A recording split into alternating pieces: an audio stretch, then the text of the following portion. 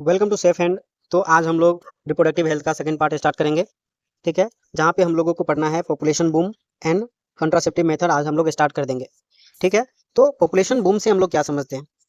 ठीक है, कि अचानक से पॉपुलेशन में इतना ग्रोथ क्यों आ गया। ठीक है, उसके लिए सबसे पहले हेडिंग स्टार्ट करते हैं, पॉपुलेशन स्टेबलाइजेशन। ठीक है, एंड बर्थ कंट्रोल।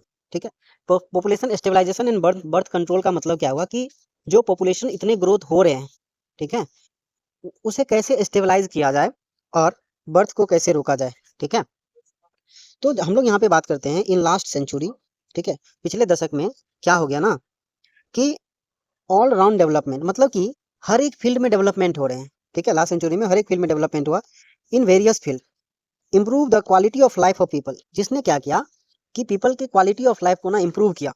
ठीक है, increase health facility and better living condition उसमें आया।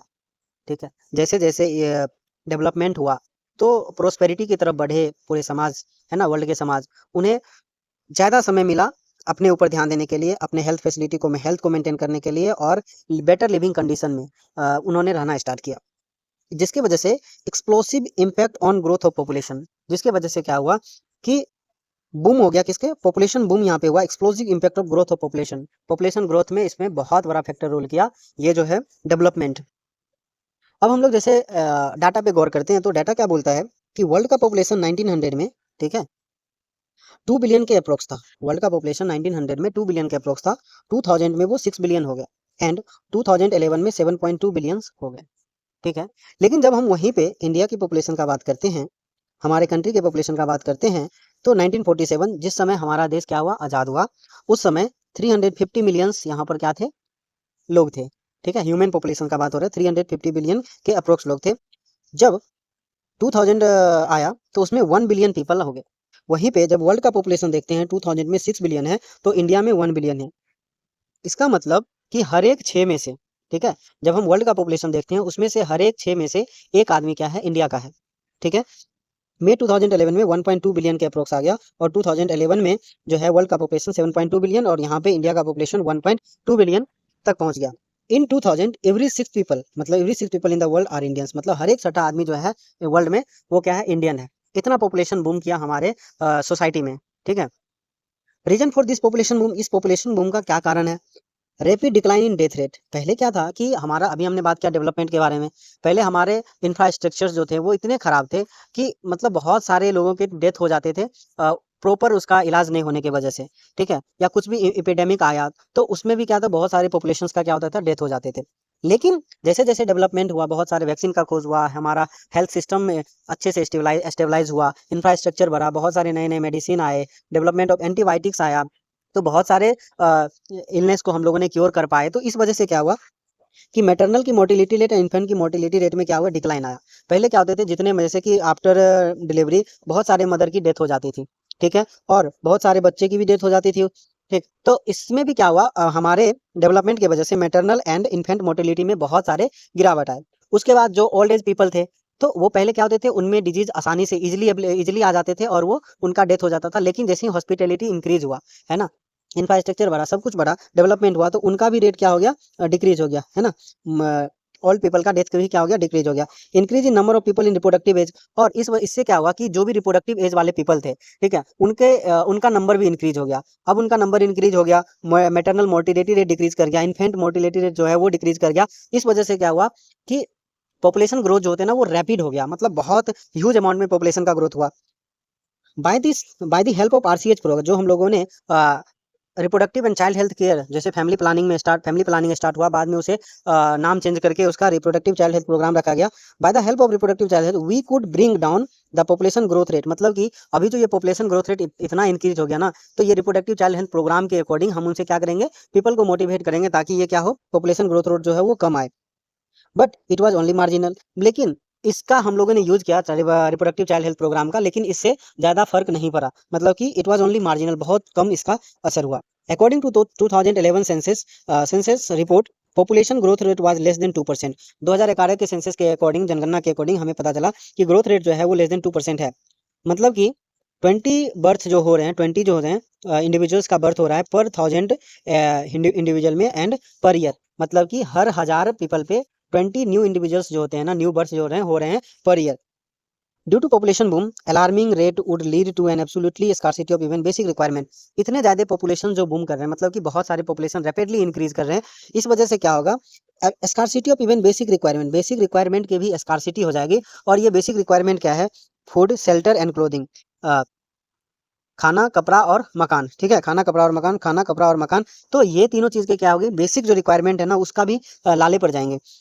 In spite of significant progress in this area, मतलब कि आज हम लोग इतने डेवलप हुए हैं, मतलब कि फूड के क्षेत्र में, शेल्टर के क्षेत्र में, क्लोथिंग के क्षेत्र में इतने सारे डेवलपमेंट हुए, इन डेवलपमेंट के बावजूद भी जिस रेट से पॉपुलेशन का ग्रोथ हो रहा है, तो ये भी कम पड़ जाएंगे, ठीक है, बेसिक रिक्वायरमेंट भी पूरा नहीं हो पाएगा। तो इसलिए हमें क्या करना पड़ेगा कि पॉपुलेशन ग्रोथ रेट को कम करना पड़ेगा, पॉपुलेशन को स्टेबलाइज करना पड़ेगा।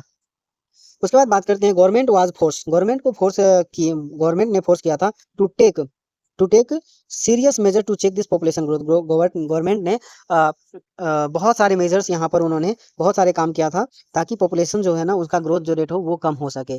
अदरवाइज तो आप लोग जानते हैं इतने ज़्यादा पॉपुलेशन की ग्रोथ हो जाएगी ताकि हमारे बेसिक रिक्वायरमेंट भी पूरा नहीं हो पाएगा। तो इसीलिए गवर्नमेंट भी इस पे कुछ ना कुछ अलग अलग तरीके से कुछ ना कुछ करती रहती है ताकि क्या हो कि ग्रोथ रेट कम हो। Most important step to overcome this problem जो है वो कौन कौन है कि मोटिवेट स्मॉलर फैमिली, मतलब कि अभी से कुछ साल पहले की बात करो, जब आप गांव के एरिया में जाओगे तो एक एक फैमिली में 12-12 13-13 बच्चे प्रेजेंट थे, ठीक है, लेकिन अब वैसा नहीं है, अब 2-3 बच्चे या 2 बच्चे, नॉर्मली तो 2 बच्चे होते हैं, ठीक है। मोटिवेट स्मॉलर फैमिली, अब उस व्यक्ति को क्या करें, स्मॉलर फैमिली के लिए motivate by using contraceptive method. कैसे, कंट्रासेप्टिव मेथड का यूज करते हुए क्या करना है, स्मॉलर फैमिली का की तरफ मोटिवेट करना है। अब जैसे इसमें क्या हो, एडवर्टाइजमेंट आता है, जैसे पोस्टर और बिल्स पे एडवर्टाइजमेंट आते हैं, ठीक है, मीडिया में। स्लोगन क्या है, जैसे हम दो हमारे दो, जो बस के पीछे में लिखा होता, वी टू आवर टू, है ना। Many couples, mostly the young, बहुत सारे जो अभी मेनी कपल हैं जो कि अभी यंग हैं, अर्बन में हैं और working once have even adopted and one child nurse, मतलब कि बहुत सारे ऐसे लोग हैं जो शहर में रहते हैं और यंग है, तो और वर्किंग वंस मतलब उसमें से बहुत सारे काम करने वाले हैं, तो उन लोगों ने एक चाइल्ड को नॉर्म अपनाया, एक चाइल्ड का नॉर्म अपनाया, मतलब कि एक ही चाइल्ड उन्होंने अपने आप को उन्होंने अपनाया, ठीक है। तो ये सभी क्या होता है, जिससे कि शॉर्टर फैमिली का डेवलपमेंट होगा ताकि पॉपुलेशन कम से कम डेवलप हो, पॉपुलेशन ग्रोथ कम से कम हो जाए। सेटरेटरी राइजिंग ऑफ मैरिजेबल एज, मतलब कि मैरिजेबल एज को भी इंक्रीज किया गया, फीमेल को 18 ईयर एंड मेल को 21 ईयर। मतलब पहले के समय में तो बाल विवाह हो जाता था, 12-13 साल में शादी हो जाते थे, लेकिन अब ऐसा नहीं है, फीमेल का एज कितना होना चाहिए, 18 ईयर एंड मेल का एज 21 ईयर। इसमें भी सुधार आया, बट अकॉर्डिंग टू एनसीईआरटी अभी हम लोग यही मान के चलेंगे। Incentive given to couple with small family, जो भी स्मॉल फैमिली के कपल हैं उसको कुछ ना कुछ इंसेंटिव दिया जाए गवर्नमेंट की तरफ से, ताकि पीपल इसके तरफ अट्रैक्ट हो कि हाँ, अगर हमारे हमारे फैमिली में कम मेंबर होंगे तो हमें गवर्नमेंट की तरफ से इंसेंटिव मिलेगा। To prevent unwanted pregnancy use contraceptive method, मतलब कि अनवांटेड प्रेगनेंसी, बहुत समय तो ऐसा होता था जैसे कि गांव के क्षेत्र में जहाँ पे क्या है ना कि कंट्रासेप्टिव का मेथड लोगों को नहीं पता है या फिर उन्हें किसी भी तरह का नॉलेज नहीं है, तो उन्हें बताया जाए कि कैसे मतलब कंट्रासेप्टिव मेथड का यूज करके, ठीक है, अनवांटेड प्रेगनेंसी को रोका जाए। अगर कोई कपल जो है अगर वो चाह रहे हैं प्रेगनेंसी होना तो वो अलग बात है, लेकिन अनवांटेड प्रेगनेंसी जब वो नहीं चाह रहे हैं और हो गया, तो इस तरह के प्रेगनेंसी को रोकने के लिए कंट्रासेप्टिव मेथड का यूज किया जाता है और उन्हें अब बताया भी जाता है। आइडियल कंट्रासेप्टिव क्या होते हैं, मतलब कि कंट्रासेप्टिव का यूज तो करे, लेकिन उसमें आइडियल कंट्रासेप्टिव मेथड में कंट्रासेप्टिव्स कौन, उसमें क्या क्या गुण ऐसा होना चाहिए कि उसे आइडियल माना जाए। तो सबसे पहला क्या, यूजर फ्रेंडली होना चाहिए, ठीक है, इजीली अवेलेबल होना चाहिए, उसका इफेक्टिवनेस ज़्यादा होना चाहिए, रिवर्सिबल होना चाहिए क्योंकि बार बार ना उसे यूज मतलब खरीदना पड़े उस टाइप का, या फिर नो और लेस साइड इफेक्ट, या तो साइड इफेक्ट ना हो, अगर हो भी तो बहुत कम साइड इफेक्ट हो उसका, ठीक है। No interfere with sexual drive के साथ कोई भी इंटरफेयर नहीं हो उसके साथ, मतलब कि sexual drive in the sense कि उसमें लेविडो उस पर कोई इफेक्ट ना हो उसमें, ठीक है। डिजायर एंड और sexual act of the user, मतलब जो यूजर उसे जो यूजर जो यूज कर रहा है उस कंट्रासेप्टिव मेथड को, उसमें कोई भी सेक्सुअल एक्ट में कोई प्रॉब्लम ना हो, ठीक है, उसके साथ कोई इंटरफेरेंस ना हो। तो ये सभी आ जाएंगे आइडियल कंट्रासेप्टिव मेथड में, user friendly, easily available, effectiveness and the reversible, no और साइड इफेक्ट, नो और less side effect, no interfere with sexual drive, desire and sexual act of user. उसके बाद अब ये कंट्रासेप्टिव मेथड है तो हमारे पास wide range of contraceptive method are available है, ठीक है, बहुत सारे मेथड ऑफ कंट्रासेप्टिव अवेलेबल है अभी हमारे पास, ठीक है। उसमें से क्या होते हैं, पहला मेथड हम लोग देखेंगे नेचुरल और ट्रेडिशनल मेथड, उसके बाद देखेंगे बैरियर, उसके बाद आईयूडीज, है ना, उसके बाद ओरल कंट्रासेप्टिव मेथड है, इंजेक्टेबल्स हैं, इम्प्लांट हैं, सर्जिकल मेथड्स हैं। तो इन सभी के बारे में हम लोग एक एक करके पढ़ेंगे। तो आज हम लोग पढ़ेंगे पीरियोडिक एब्सटिनेंस एंड विड्रॉल और क्वाइटस इंटरप्टस और लैक्टेशनल एमिनोरिया, जो कि natural method and traditional method है, आज उसके बारे में पढ़ेंगे।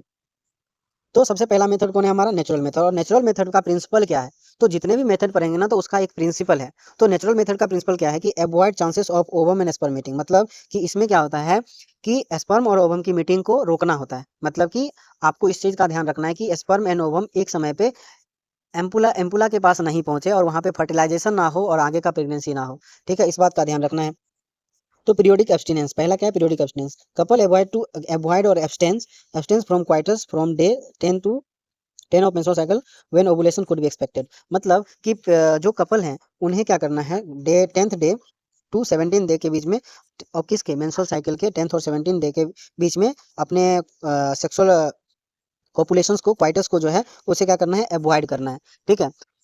Chances of fertilization are very high during this period. क्यों? क्योंकि इस समय में चांसेस ऑफ फर्टिलाइजेशन जो होते हैं ना वो बहुत ज़्यादा होते हैं, और इसीलिए इस पीरियड को 10 to 17 डे का जो पीरियड होता है उसे फर्टाइल पीरियड बोला गया। ठीक है। उसके बाद दूसरा मेथड आता है विड्रॉल और क्वाइटस इंटरप्टस का। मतलब कि यहाँ पे जो कपल हैं उन्हें 10 to 17 डे के बीच में, ठीक है, क्वाइटस करने के लिए नहीं रोका गया। ठीक है। लेकिन आप क्वाइटस करो, male partner withdrawal his penis, मतलब कि मेल पार्टनर जो है अपना पेनिस रिमूव कर लेगा, विड्रॉ कर लेगा from the vagina just before ejaculation so as to avoid insemination.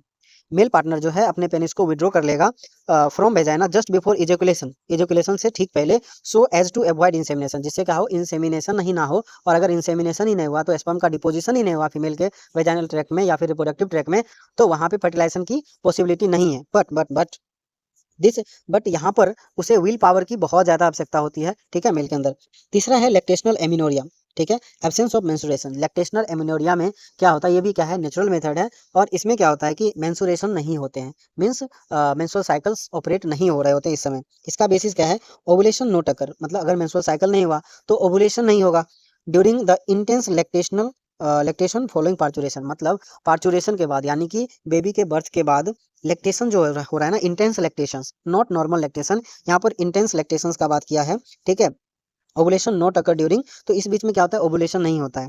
As long as mother breast feeding the child, जब तक माँ जो है बच्चे को फीडिंग कराते रहेगी, चाइल्ड फुली मतलब कि इंटेंस लैक्टेशन होते रहेगा, chances of conception are always almost nil, मतलब कि तब तक कि कंसेप्शन का चांसेस जो होते हैं वो ऑलमोस्ट नील रहेगा, मतलब कि कम से कम होगा। However, this method has been reported to be effective only up to maximum period of 6 month, मतलब कि ये जो है वो अप टू 6 मंथ तक ही क्या हो? इफेक्टिव साबित हुआ है।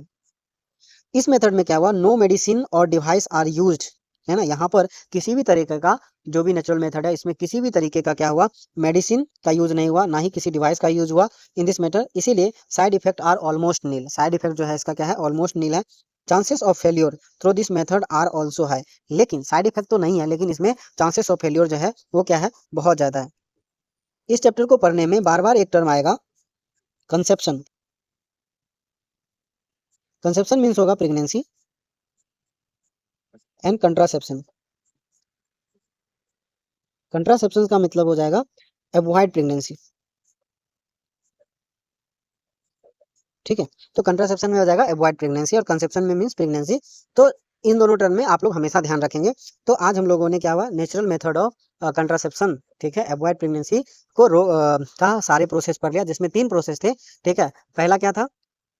पीरियोडिक एब्सटिनेंस, जिसे कैलेंडर मेथड भी बोला जाता है। दूसरा क्या था?